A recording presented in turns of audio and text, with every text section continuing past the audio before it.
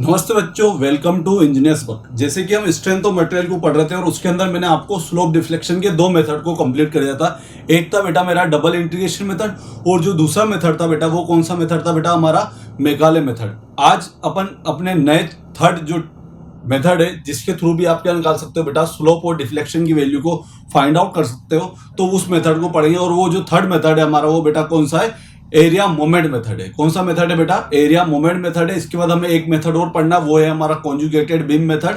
और ये चारों मेथड जब हम पढ़ लेंगे तो हमारा ये जो टॉपिक जो हमें सिलेबस में दिया हुआ है कि स्लोप और डिफ्लेक्शन की कैलकुलेशन करना, वो हम पूरी तरह से कैलकुलेट कर पाएंगे। ठीक है बेटा, लेकिन मैं इस मेथड को स्टार्ट करने से पहले मैं आपको एक क्वेश्चन कराना चाहता हूं कि देखो बेटा, यदि मैंने आपसे बोला है कि डबल इंटीग्रेशन मेथड का यूज आप कहां पे करेंगे बेटा, जहां पे आपके सिंगल लोडिंग कंडीशन हो, और मेकाले मेथड का यूज कब करेंगे बेटा, जब आपके मल्टीपल लोडिंग कंडीशन हो। लेकिन यदि आपसे ऑब्जेक्टिव के अंदर कुछ इस टाइप से क्वेश्चन आ जाए, जैसे फॉर एग्जांपल मान लेते हैं कि आपका जो क्वेश्चन है कि एक आपकी कैंटिलीवर बीम दी हुई है, इसके ऊपर पूरे पे through out the UDL load लगा हुआ है, और इसकी इंटेंसिटी है W किलोन्यूटन पर मीटर की। कितनी इंटेंसिटी है, W किलोन्यूटन पर मीटर की है। ये मेरा A पॉइंट है और ये मेरा B पॉइंट है। ठीक है बेटा, और इसके एंड पे एक लोड और लग रहा है, वो लोड लग रहा है बेटा पॉइंट लोड, और इसकी इंटेंसिटी जो है वो है W किलोन्यूटन की।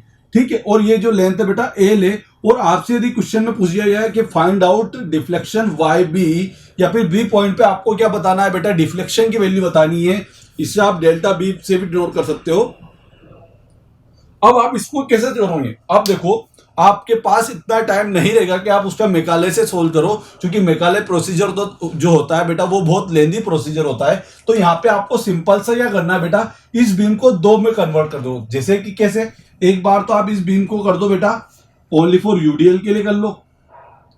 ये केस आपको आता है कि नहीं आता है, ये केस मैंने आपको पढ़ाया कि नहीं पढ़ाया, यस ऑफकोर्स पढ़ाया बेटा। अब इसके साथ आप एक बीम और जोड़ दो, कौन सी वाली, जिसके अंदर आप सिंपल सा क्या कर दो बेटा, पॉइंट लोड को ले लो। और पॉइंट लोड कितना बेटा मेरा W किलोन्यूटन का, और लेंथ कितनी बेटा इसकी L है, ये A पॉइंट है, ये B में। इसका मतलब ये हुआ कि यदि इस B का जो डिफ्लेक्शन है और इसका जो डिफ्लेक्शन है, इन दोनों के डिफ्लेक्शन को जोड़ दिया जाए तो टोटल डिफ्लेक्शन मुझे इस बीम का फाइंड आउट होगा कि नहीं होगा।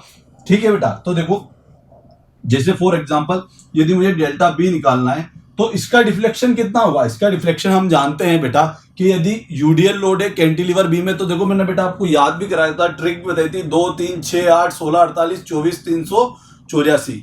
क्या बोला था बेटा मैंने आपको, 2 3 6 8 16 48 24 384। ठीक है, तो बेटा देखो ये सेकंड नंबर के अंदर फॉलो हो रहा है, तो हमें 8 से मतलब है WL। और देखो जब भी यूडीएल आता है तो मैंने बोला था पावर कितनी होती है बेटा, 4 होती है। तो आप क्या कर दोगे बेटा, WL की पावर 4 अपॉन में 8EI। अब देखो बेटा इसके साथ आपको एक और जोड़ना है, वो पॉइंट लोड का जोड़ना है, और वो कितना होता है बेटा मैंने आपको टेबल में बता रखा है, पावर 3 आती है, और नीचे भी क्या आता है बेटा, 3 ही आता है। अब ये आपका टोटल रिफ्लेक्शन हो गया बेटा किसका, इस बीम का। आई बात समझ में। तो आप ऐसे भी चाहो तो डायरेक्ट फॉर्मूले के थ्रू भी आप सोल्व करके रिजल्ट ला सकते हो, और आपको ऑब्जेक्टिव के अंदर बेटा ऐसे ही सोल्व करना है। जैसे और एक और बता देता हूं मैं आपको, जिससे कि आपका डाउट अच्छे से, प्रॉब्लम जो है आपकी वो क्लियर हो सके।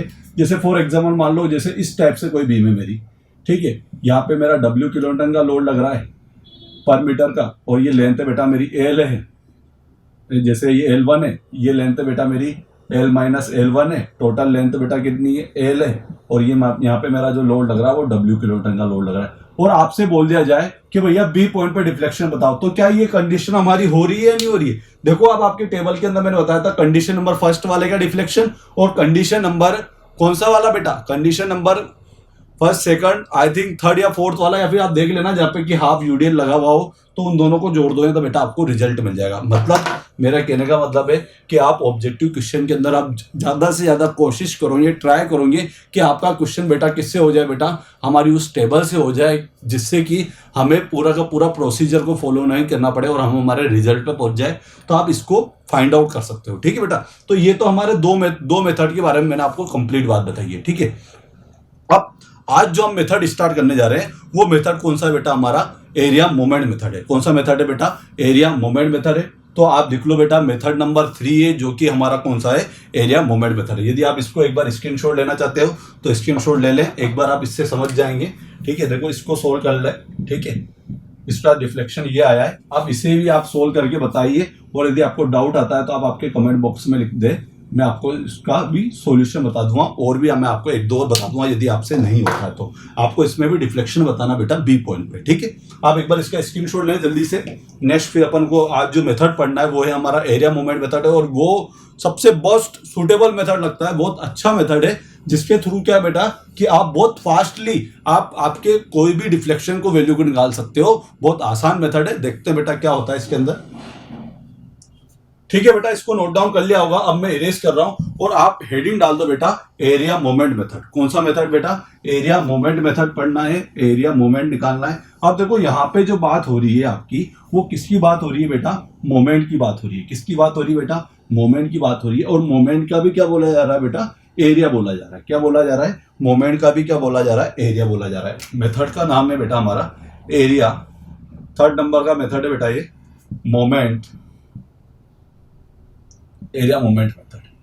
अब देखो बेटा इसके अंदर सिंपल सी बात ये बोली गई है। देखो मैं आपको बिल्कुल इसके पूरा का पूरा डेरिवेशन पे नहीं आते हैं, हम इसके फाइनल रिजल्ट जो है उसके बारे में बात करते हैं। कि इसके अंदर बोला गया है कि आपको फर्स्टली क्या करना है, बेंडिंग कोई भी बीम है उसका क्या बनाना है। देखो मैं आपको स्टेप्स के अकॉर्डिंग बताता हूं। स्टेप फर्स्ट के अंदर क्या है? Draw bending moment diagram, bending moment diagram. आपको क्या करना है बेटा कि आपको जो दी हुई जो बीम है या दी हुई जो हमारी बीम है उसका आपको क्या निकालना है? बेंडिंग मोमेंट डायग्राम बनाना है। अब देखो स्टेप 2 कैलकुलेशन ऑफ स्लोप। क्या है बेटा? Area of bending moment diagram upon में ई आई। क्या बोल रहा हूं मैं बेटा आपको सिंपल सा करना है कि आपका जो बेंडिंग मोमेंट जो डायग्राम आया है उसका एरिया निकाल लेना और अपॉन में ई आई कर देना, तो बेटा आपको किसकी वैल्यू मिल जाएगी बेटा?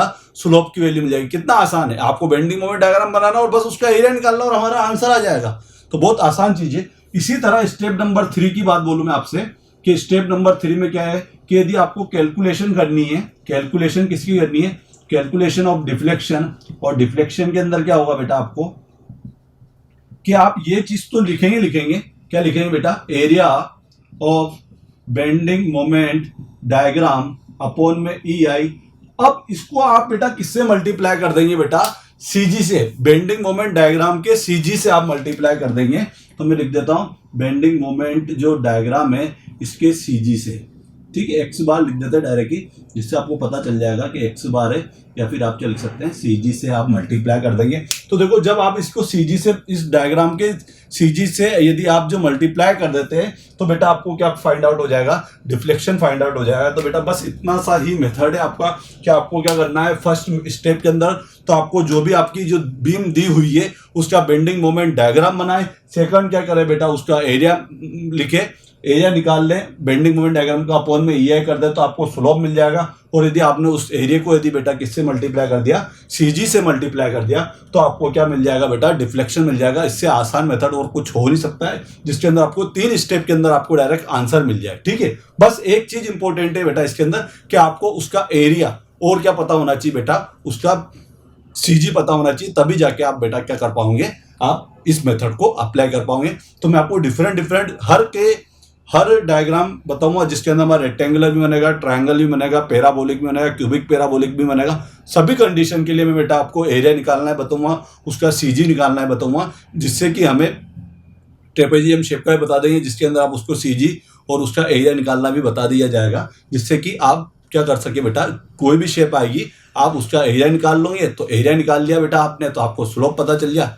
और उसको यदि आपने सीजी से मल्टीप्लाई कर दिया, उस डायग्राम के सीजी से यदि आपने मल्टीप्लाई कर दिया, तो बेटा आपको क्या मिल जाएगा बेटा? डिफ्लेक्शन मिल जाएगा, ठीक है। तो एक बार बेटा आप इसको स्क्रीनशॉट लें, देन फिर मैं आपको पहले तो एक छोटा सा एग्जांपल की बात करते हैं, देन फिर अपन हर कंडीशन के लिए अपन क्या निकालेंगे, जैसे वही पॉइंट लोड, फिर यूडीएल, फिर UVL, simply supported beam, cantilever beam, 2 ही बीम दी हुई है।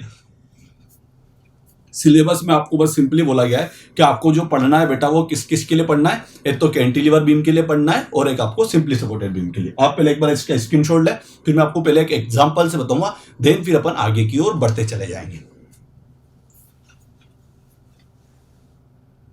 ठीक है बेटा, आपने इसका स्क्रीनशॉट ले लिया। देखो फिर मैं आपको एक एग्जांपल के थ्रू बताता हूं कि देखो किस तरह हमारा जो है एरिया मोमेंट मेथड वर्क करेगा, जो कि जिससे कि आप क्या कैलकुलेट कर सकोगे बेटा, स्लोप और डिफ्लेक्शन को कैलकुलेट कर सकोगे। बहुत आसान मेथड है, बहुत इजीएस्ट मेथड है। मैं मोस्टली प्रिफर करता हूं इस मेथड को कि यदि पेपर में पूछा जाए तो आप इसी मेथड का यूज करें। अदरवाइज आप डायरेक्ट टेबल का यूज कर सकते हैं, लेकिन आप मैकाले और कॉन्जुगेटेड बीम का मेथड का यदि आप यूज करते हैं तो बेटा वो कहां करें, जब आपकी बीम कैसी हो बेटा, जब आपकी सब्जेक्टिव पेपर है वहां पे यूज करें। देखो बेटा फॉर एग्जांपल एक बहुत अच्छा सा क्वेश्चन लेते हैं, जिसका मैंने आपको फाइनल रिजल्ट भी बताना था। मुझे फाइनल रिजल्ट वाली टेबल में भी आप लिख लेना। जैसे फॉर एग्जांपल मान ले कि ये मेरी कैंटिलीवर बीम है, ठीक है। इसका एक एंड तो क्या है बेटा, मेरा ए है, और एक एंड है बेटा मेरा बी है, ठीक है। अब बी एंड पे बेटा एक मेरा कपल लग रहा है जिसकी इंटेंसिटी है एम। कपल आप जानते हैं बेटा, कपल क्या होता है कि एक तरह से मोमेंट होता है जो कि हम वहां पे प्रोवाइड कर देते हैं, मोमेंट लगा हुआ है, ठीक है। और यहां से यहां तक की डिस्टेंस क्या बेटा, मेरी एल है, ठीक है। अब बात क्या हो रही है कि इस टाइप से, और यहां पे बोला गया है कि find out slope and deflection, find out slope and deflection value. आपसे बोला गया है कि आपको क्या कैलकुलेट करना है बेटा, स्लोप और डिफ्लेक्शन की वैल्यू कैलकुलेट करना है। तो देखो आपको मैंने क्या बोला था कि यदि मैं आपको स्टेप को फॉलो करूं, स्टेप फर्स्ट फॉलो करता हूं। स्टेप फर्स्ट क्या होती है बेटा कि आपको, ठीक है, आंसर करते हैं अपन इसका बेटा, कि आपको सबसे पहले क्या बनाना पड़ेगा, बेंडिंग मोमेंट डायग्राम। क्या आप बिना बेंडिंग मोमेंट को कैलकुलेट करें क्या आप बेंडिंग मोमेंट डायग्राम बना सकते हैं क्या बेटा, ऐसा पॉसिबल नहीं है, ठीक है। तो सबसे पहले आपको यह निकालना पड़ेगा बेटा, इसकी बेंडिंग मोमेंट की वैल्यू निकालनी पड़ेगी। तो देखो बेटा पहले बेंडिंग मोमेंट की वैल्यू निकालते हैं हम, इसकी बेंडिंग मोमेंट वैल्यू। अब देखो बेंडिंग मोमेंट की वैल्यू की बात करूं तो एक तो निकलेगी बेटा बी पे। अब देखो बात क्या हो रही है कि जो मेरा कपल जो लग रहा है वो लेफ्ट हैंड साइड से कि राइट हैंड साइड से, इधर से चल रहा हूं मैं, बी पॉइंट से चल रहा हूं इस तरफ की ओर, तो बेटा ये कौन सी साइड हुई, ये राइट हैंड साइड हुई। अब राइट हैंड साइड से क्लॉकवाइज पॉजिटिव होता है क्या, नहीं होता है, क्यों, क्योंकि वो तो लेफ्ट हैंड साइड से होता है। यहां से तो राइट हैंड साइड से तो एंटी क्लॉकवाइज पॉजिटिव होता है। तो इसका मतलब क्या हुआ कि इसको तो मुझे नेगेटिव लेना है। तो अब ठीक है, bending moment value M B पे बेटा कितनी आएगी, माइनस के एम आएगी। अब इसके बाद चलते हैं बी से लेके ए तक, और कोई लोड आ रहा है या कोई कपल आ रहा है क्या बेटा, नहीं आ रहा है। इसका मतलब ए पे भी बेटा कितनी वैल्यू होगी, मेरी माइनस के एम होगी। यहां तक कोई दिक्कत है क्या बेटा, दिक्कत हो तो बताओ, नहीं होनी चाहिए, बहुत आसान चीज है। तो अब बात करते हैं अपन इसको, इसका क्या करना है बेटा, ये तो अभी बेंडिंग मोमेंट की वैल्यू है, ये हमें क्या करना है बेटा, रिक्वायरमेंट किसकी, बेंडिंग मोमेंट डायग्राम की। तो क्या आप बेंडिंग मोमेंट डायग्राम बना सकते हैं, यस ऑफ कोर्स बना सकते हैं। क्यों, क्योंकि हमने बेंडिंग मोमेंट डायग्राम तो कहाँ सीख लिया बेटा, हमने हमारा लेक्चर्स के बहुत पहले ही सीख लिया, जब हम स्लोप और डिफ्लेक्शन को, एसएफडी बीएमडी को हमने पढ़ा था। तो देखो बेंडिंग मोमेंट डायग्राम जो होता है मेरा, वो मैंने क्या बोला था, एक लाइन ड्रॉ कर दो। अब लाइन से ऊपर और लाइन से नीचे, लाइन से ऊपर वैल्यू आपको क्या मिलती है बेटा, पॉजिटिव, और लाइन से जस्ट नीचे आपको किसकी वैल्यू लिखनी है, नेगेटिव वैल्यू लिखनी है। अब देखो यहाँ पे हमें वैल्यू कितनी मिली है, माइनस के एम मिली, और थ्रू आउट जो वैल्यू है वो कोई भी चेंज नहीं आई है। इसका मतलब पूरे पे थ्रू आउट वैल्यू आपको कितनी मिली है बेटा, माइनस के एम मिली है। यहां तक कोई दिक्कत है क्या बेटा, इसमें कोई प्रॉब्लम नहीं होनी चाहिए, बहुत आसान चीज है। बेंडिंग मोमेंट डायग्राम आपने बना लिया है, ठीक है। आप बेटा पहले एक बार इसको नोट डाउन कर ले। स्टेप फर्स्ट के अंदर पहले बेंडिंग मोमेंट वैल्यू निकाली, फिर बेंडिंग मोमेंट डायग्राम बनाया। एक बार आप नोट डाउन करें, देन फिर अपन आगे की ओर बढ़ते हैं।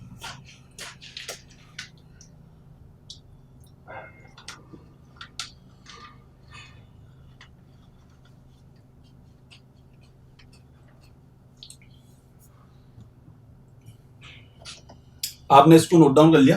अब देखो इसके बाद स्टेप नंबर 2, स्टेप नंबर 2 क्या होता है कि स्टेप नंबर 2 के अंदर आपसे एक बात बोली गई है कि आप क्या करें, आप एक काम करें कि यदि आपको स्लोप को निकालना है थीटा को, तो आपको area of bending moment diagram, क्या बोल रहा हूं, area of bending moment diagram, और उसको आपको किससे डिवाइड कर देना है, उसको डिवाइड कर देना EI से, तो आपको क्या मिल जाएगा बेटा, स्लोप की वैल्यू मिल जाएगी। कोई दिक्कत है क्या, नहीं है। तो भैया आप इसका, ये कौन सा शेप है बेटा, रेक्टेंगुलर शेप है, और रेक्टेंगुलर का एरिया क्या होता है, B इंटू एच होता है। क्या होता है बेटा, B इंटू एच होता है। ये डिस्टेंस बेटा देखो कितनी है, ये डिस्टेंस है मेरी L है, और ये हाइट मुझे पता चल गई बेटा M।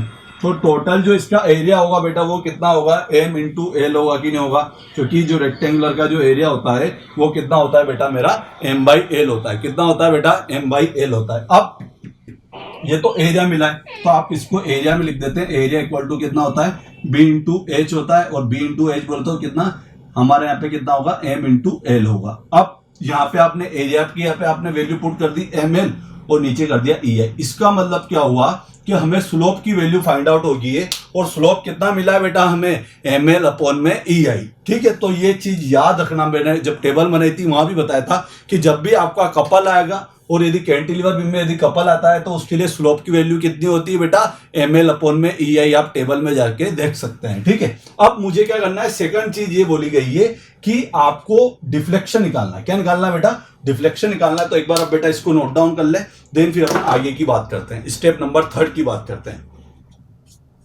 ले लिया होगा बेटा आपने इसका स्क्रीनशॉट। अब बात करते हैं 3 की, स्टेप नंबर 3।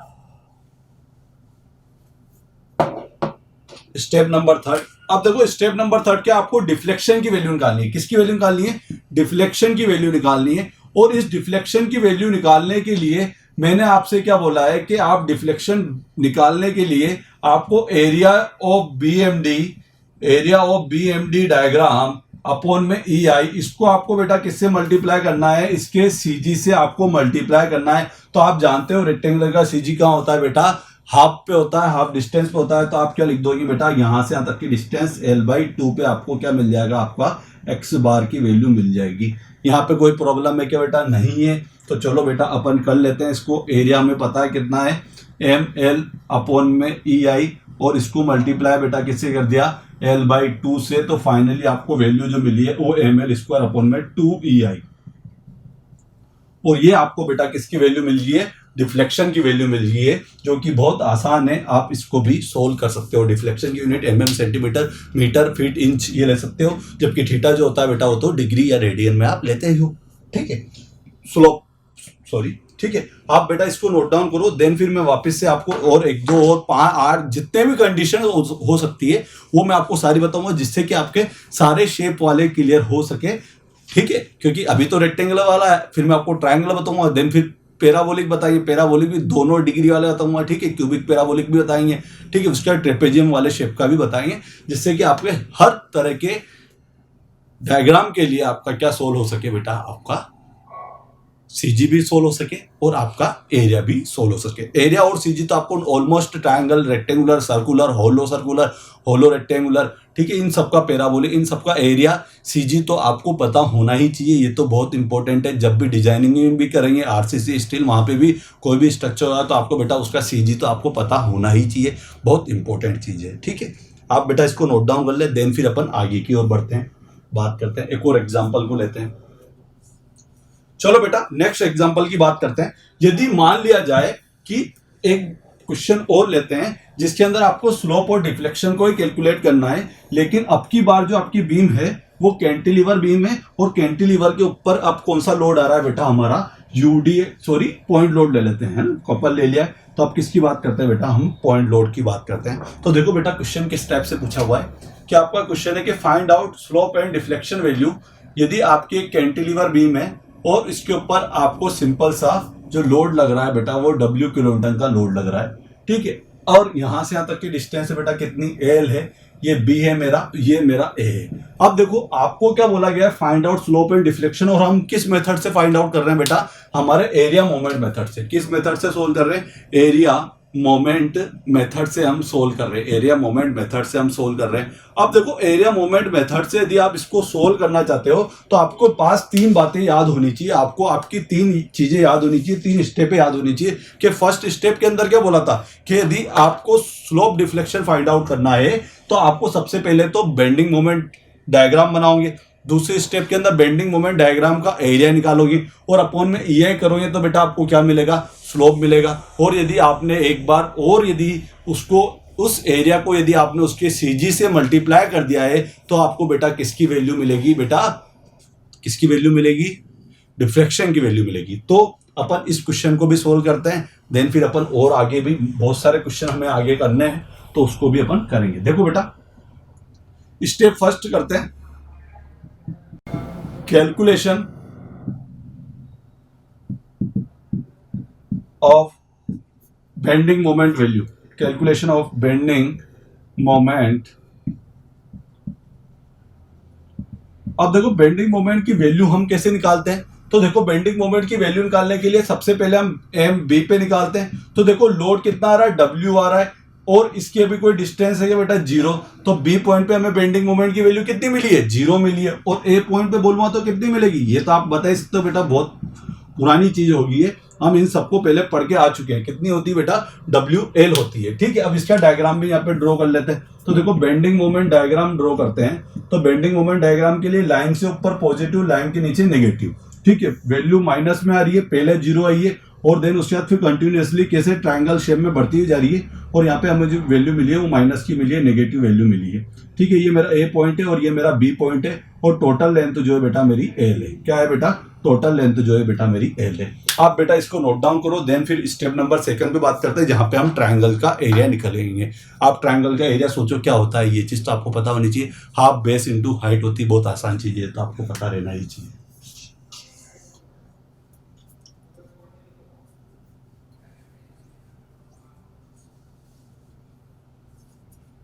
ठीक है बेटा, आपने इसको नोट डाउन कर लिया, मैं इसको इरेज करता हूं और स्टेप नंबर 2 पे चलते हैं जहां पे हमें क्या निकालना है, बेंडिंग मोमेंट का एरिया निकालना है। और इसको यदि आपने EI से डिवाइड कर दिया है तो आप क्या फाइंड आउट कर सकते हो, आप आपका स्लोप की वैल्यू फाइंड आउट कर सकते हो। तो देखो step number 2, calculation of slope value. तो देखो स्लोप वैल्यू फाइंड आउट करने के लिए क्या करते हो कि थीटा बी निकालना है मुझे। तो भैया area of bending moment diagram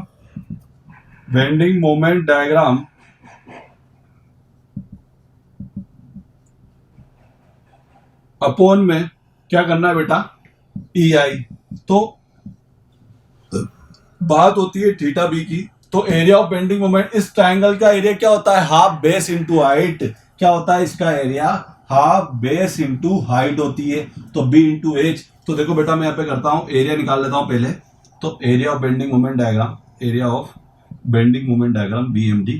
तो देखो मैंने ये किया, हाफ बेस की वैल्यू कितनी है बेटा मेरी, L है, और ये कितना आया बेटा मेरा, WL।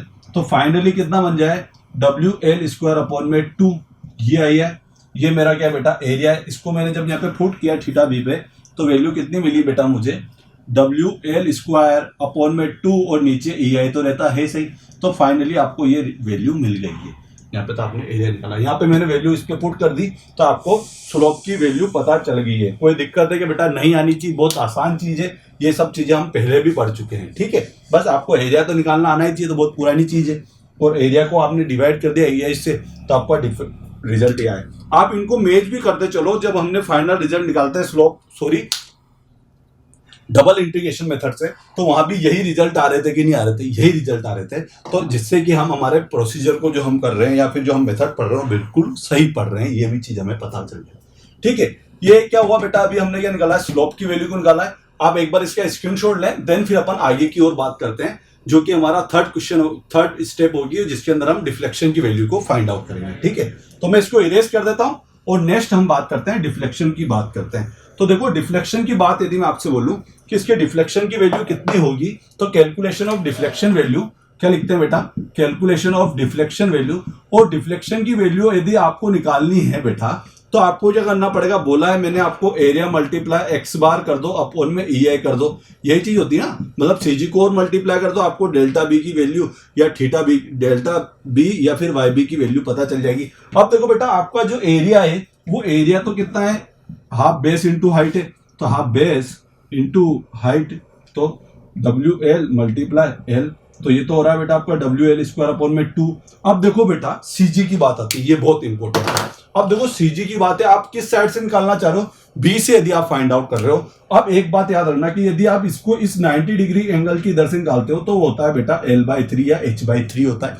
तो और दूसरी साइड के कितना होगा बेटा, 2H/3 होगा, दैट मीन्स 2L/3 होगा या 2/3 इंटू L होगा। तो ये आप हमेशा याद रखना कि 90 डिग्री की साइड से कितना होता है बेटा, जो हमारा CG होता है वो L/3 पे मिलता है। तो इसका मतलब दूसरी साइड से कितना में मिलेगा बेटा, हमारे 2/3 L पे मिलेगा। तो वो यहाँ से, और हम B से निकाल रहे तो हम किधर से लेंगे बेटा, इसका ये यहाँ से लेंगे। तो यहाँ से यहाँ तक की x बार की वैल्यू कितनी होगी बेटा, मेरी 2/3 इंटू L होगी। कितनी होगी बेटा, 2/3 इंटू L होगी। अब देखो बेटा वैल्यू पुट करते हैं।